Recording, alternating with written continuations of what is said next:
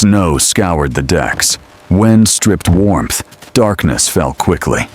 In the snowy landscape, dark days were coming. The weather was clear. Pirates faced relentless freezing, fuel scarcity. First came exposure. Open decks allowed wind-driven convection to strip warmth continuously as moving air replaced warmed boundary layers, forcing bodies to burn calories merely surviving. Next, seawater spray froze instantly, increasing conductive heat loss dramatically as ice bridged skin, clothing, and timber, creating direct pathways for thermal energy to escape outward. Wooden planks insulated poorly when saturated, conducting cold into bodies through prolonged contact, especially during rest, where immobility increased conduction, steadily draining core temperature over hours.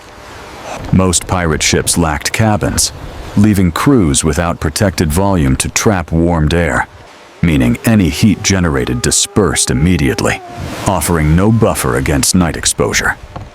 Wind speed at sea amplified chill, far beyond ambient temperature, because convective transfer scales with airflow, stripping heat faster than bodies could replace through metabolism alone. Therefore, clothing became the first engineered defense against heat loss, compensating for absent shelter, using material structure to trap air, block wind, and slow evaporation rates. Wool trapped air while retaining insulation, even when damp, because its crimped fibers maintained loft, preventing collapse under moisture, sustaining resistance to, and convective heat loss. Layering increased trapped air volume, slowing convective heat transfer by stacking garments of varying density, creating multiple stagnant layers that resisted wind, compressed slowly under movement. Outer layers treated with oils reduced water absorption significantly as fats filled gaps, causing spray to bead off, preserving inner insulation and flexibility during freezing weather. Moisture management mattered because wet fabric accelerated conductive cooling by collapsing air pockets, increasing skin contact, and drawing heat outward faster than dry materials under conditions. Pirates carried limited clothing, forcing careful rotation and drying to prevent saturation, preserve insulation, and avoid cumulative heat loss during prolonged storms at sea periods afloat. Movement generated heat, drying garments through metabolic warmth as muscles worked continuously, converting food energy into thermal output that evaporated moisture despite freezing air conditions outside. Thus, constant labor doubled as transportation and thermal regulation. Rowing, hauling, and steering maintained circulation, sustaining core temperature while the vessel advanced through hostile seas continuously. Rigging iced over, increasing handling effort and exposure duration as frozen fibers stiffened lines, slowing adjustments and keeping hands bare longer against wind and spray conditions. Animal fats on ropes reduced ice adhesion and stiffness by filling fiber gaps, repelling water, and preserving flexibility necessary for sail control during sudden gusts offshore. Crews clustered together to reduce exposed surface area because grouped bodies shared warmth, minimizing individual losses and slowing overall cooling during inactive periods on deck overnight. Bodies radiated heat into shared microclimates between men, where reduced airflow trapped warmth locally, creating marginally higher temperatures than surrounding exposed deck surfaces during long watches. Sleep reduced metabolism, increasing hypothermia risk without grouping because muscle activity ceased, heat production dropped, and isolated bodies cooled steadily through night hours at sea alone. Some crews slept in shifts, maintaining continuous activity, so part of the group remained working, generating heat and monitoring conditions, while others rested briefly nearby below. Lowered sails formed temporary windbreaks over resting bodies, reducing convective heat loss by blocking airflow, though offering minimal insulation and requiring careful handling in storms overnight. Canvas blocked wind, but trapped little heat alone because thin fibers lacked loft, allowing radiant and conductive losses despite reduced airflow across exposed bodies on deck. Any enclosure worked by shrinking air volume needing heating, concentrating body warmth into smaller spaces where limited energy could raise temperatures marginally above ambient. Calories mattered because digestion produces metabolic heat continuously, turning food into internal fuel that compensated for environmental losses when external heat sources were unavailable. Salted meat and fat provided slow, sustained energy as lipids metabolized gradually, supporting long-term heat production during cold watches and exhausting labor. Alcohol dulled perception while increasing actual heat loss by dilating blood vessels, accelerating cooling despite temporary sensations of warmth and reduced discomfort. Experienced sailors limited drinking during extreme cold, understanding through experience that clarity and retained body heat outweighed morale or temporary relief from alcohol. Fire risk aboard tarred ships outweighed heating benefits because sparks could ignite rigging or planks, threatening total loss of vessel and crew instantly. Smoke revealed position, dangerous for pirates avoiding pursuit, as visible plumes traveled far across open water, undermining stealth and escape routes. Thus, the crew itself became the primary heat engine, converting food and motion into warmth that sustained survival when ships provided no protection. Seeping water pooled below, chilling air and timbers as cold mass accumulated, increasing humidity and conductive losses that demanded constant bailing and vigilance.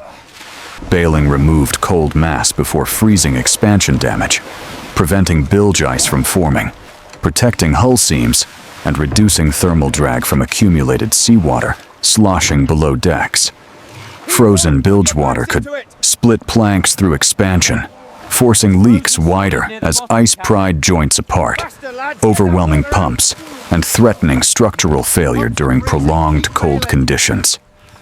Pine tar sealed seams, limiting water ingress and rot, while remaining flexible and cold, preserving hull integrity and reducing maintenance demands at sea during winter voyages. Dense cargo absorbed cold, stabilizing temperature slightly by acting as thermal mass, slowing rapid swings and moderating interior conditions during storms at sea, voyages' harsh winters. Men avoided direct contact with hull whenever possible, recognizing prolonged conduction through timber, drained heat, faster than air exposure, alone during rest periods below decks nights. Hammocks or planks lifted bodies from cold surfaces, reducing conductive loss, while allowing airflow that dried bedding between uses during long, damp sea watches nights aboard. Warm air rose slightly, making elevation marginally beneficial, placing sleepers in less dense air, where heat lingered longer above deck surfaces during cold nights at sea. Storms lasted days, testing cumulative heat retention systems as minor losses compounded into dangerous deficits over time, without opportunities for recovery or drying clothing and bodies. Calorie deficits reduced heat production progressively, weakening muscles, slowing reactions, and increasing vulnerability to cold exposure during extended voyages, with limited rations at sea periods aboard. Wounds accelerated hypothermia through blood and exposure, diverting energy to healing while increasing surface loss in freezing conditions aboard ships lacking shelter and warmth at sea. Cold limited treatment options beyond insulation and rest, as frozen conditions prevented wound care, infection control, or sustained attention without risking further heat loss. Discipline enforced movement, rationing, and shared shelter because survival depended on collective adherence, not individual comfort, under continuous environmental pressure aboard ships. Those surviving early voyages carried crucial thermal knowledge, understanding subtle practices that reduced heat loss passed informally through example rather than instruction. Fatal mistakes taught limits without written instruction, as cold punished errors immediately, removing unsafe practices from repetition through harsh selection at sea. Crews read weather signs to prepare clothing and tasks, adjusting exposure and effort before storms magnified risks beyond manageable limits aboard vessels. Exposure-heavy tasks were timed to warmer daylight, when solar gain and activity reduced thermal strain compared to colder, darker night hours. Night minimized activity to preserve energy reserves, limiting unnecessary exposure while allowing bodies to conserve heat during lowest ambient temperatures. Bodies positioned leeward reduced direct convective loss, using ship structure and companions to shield against prevailing winds during stationary periods. Cold drained focus, increasing accident likelihood as numbness slowed reactions and impaired judgment during complex operations and storms. Trust enabled close sleeping and shared resources, overcoming discomfort barriers, so collective warmth and efficiency outweighed individual space needs. Weaker crew sheltered centrally where warmth accumulated, placing those most vulnerable to cold within densest clusters to preserve collective survival aboard ships. Ship design prioritized speed and cargo over insulation, sacrificing enclosed spaces to maximize range, maneuverability, and capacity under maritime constraints. Survival required accepting discomfort as operational cost, recognizing that enduring cold preserved function while seeking comfort risked system failure. Ashore fires replaced body heat as primary source, revealing how dependent maritime survival was on human metabolism rather than combustion. Water extracted heat faster than air under all conditions, making immersion or spray contact immediately dangerous compared to similar exposure ashore.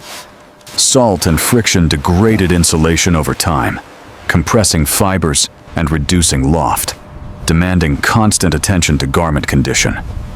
Needlework at sea restored insulation margins by tightening seams, replacing panels, and preserving air trapping structure within limited material supplies.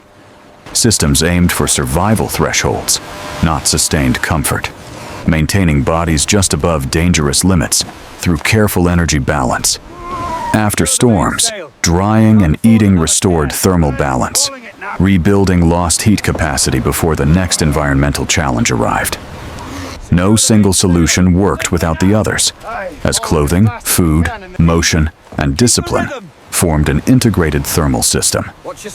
Even optimized systems failed beyond certain temperatures, where heat loss exceeded metabolic production, setting absolute limits on endurance, regardless of skill or preparation.